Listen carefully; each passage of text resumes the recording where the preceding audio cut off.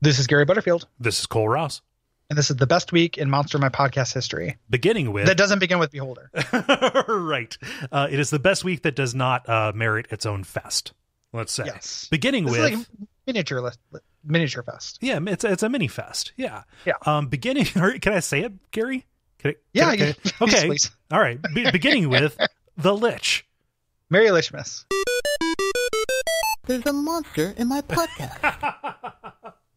All right, so we're breaking Lich and Demi-Lich out into different things because there's a lot to recommend, just Liches and Demi-Liches. Like, this is great. It's like when you get to Lich and you're like, this couldn't get better. Yeah, and then Demi-Liches come along and just are like, man. It's an embarrassment of Liches, Gary. You ain't seen nothing yet. So Liches... We all know Liches. Yeah, they're mega wizards who have, through unnatural means and a combination of spells and alchemy, have granted themselves eternal life in exchange for undeath. Right, so they can pursue their studies. They exist outside of standard morality or human cares, and they often cast crazy spells and amass huge wealth. And he's wearing a straight up like American Gladiator style knee pad, but just one of them. But just one. Just one, like one weird samurai American Gladiator's knee pad. Yeah. I love the way that these things, this is kind of working backwards, but I love the way they're created because it's like, it's not that hard. It's just risky. Right. So like only the ballsiest of motherfuckers become Liches. Like, it's 1,500 gold for an item for your Horcrux or whatever. Mm-hmm. You're a powerful wizard. That's nothing. Right. Like you're going to get that much gold. You cast some spells. None of the spells are like that high level. No. You like have, Animate Dead is like a 5th level spell. Yeah. You have Cone of Cold. Come on. Yeah. 5th level spells. Like you can cast 5th level spells. Not that big a deal. And then you have to make a save. So It's really just about how high level you want to get to make your saving throw good enough. Mm-hmm. And if you make that save, bam, you're a Lich. Yep. And if you don't, you're dead forever. Yeah. Yeah. And then you can never be resurrected. And that's why it's just like, all or nothing, like let it ride. You gotta know when to hold them. Always bet on black. Yeah, and then you get to take a cool name. Like you never go by your old name, and that's like taboo in the Lich community. Yeah, you come up with something like the Black Hand or the Forgotten King. Like, I don't know, man. Like this might be worth it. Okay. So is there a program, is this frowned upon to like, let's say just adopt the Lich lifestyle for a little bit before you commit to it? Like Rumspringa? Yeah, I think so. Yeah. Just to see, like Rotspringa? Yes. Fuck you. Sorry. That was good. Yeah, no, just go take a walk on the wild side. I just live the Lich life. If I was a Lich man, I would, cast spells every day and never be around people. Maybe you're a Lich man too. Yeah. So and the thing is, if you were doing Rotspringa, like you just get the best of Lich time because you wouldn't start rotting that much. Right. Because you rot at like a normal pace. Mm-hmm. So like you'd get a couple, like you'd begin at Bernie's yourself for like a couple weeks. Well, you'd probably begin pretty ripe at the end. I would argue that I am rotting at the normal pace right now.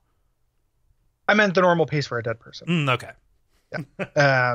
So like, yeah, we're all rotting slowly or quickly. Yeah. Or mediumly. But like this would be like a dead rot. So like you'd start off, you'd have a couple days of just being like, hey baby, I'm a Lich. I can prescribe whatever medication I want. Yep. Then I'm Beetlejuice and I got my own pad. I used to be called Gary, but now I'm Dr. Death, and I can because I get to make up my own name, and I get to spend a couple of weeks as Dr. Death, prescribing drugs, hitting on girls at parties, just fucking combing pussy out of my hair, and then eventually, like my body starts rotting, and then I become single-minded in my pursuit of like higher wisdom, right. And then I go back to regular life and just like cry myself asleep at night because I saw a window into the good world. You know? You're Henry Hill, like you go back to My Blue Heaven. It's no longer just like ketchup on fucking egg noodles. Like this isn't pasta. I can't do this. Yeah. But yeah, like this is a self-inflicted dark gift, and I can understand your fascination with it. The thing that doesn't sit well with me is the fact that, hey, you have to be any evil. The problem is you've just decided to have a different standard, right? Like you are transcending life and death. So that is the only inherently evil thing about it. Evil as defined by D&D, which is how much do you respect life itself.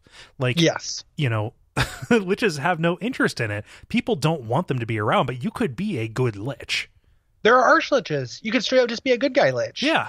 That's amazing. Like, there's like one of the big downsides is gone, you know? Mm-hmm. I'm way into that. Yeah. Like, I would be a good guy lich. I don't want to fuck with anybody. I just want to have like a rotting crypt, live in it, command like legions of undead, but just have them do cool stuff, like build ditches in Haiti and shit. Yeah. Like, yeah.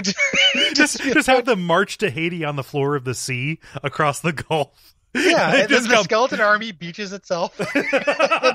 and then I show up to explain in my like tattered robes and gem encrusted diadem, and I just like say, listen guys, no, they're gonna give you guys water, like we're gonna make wells.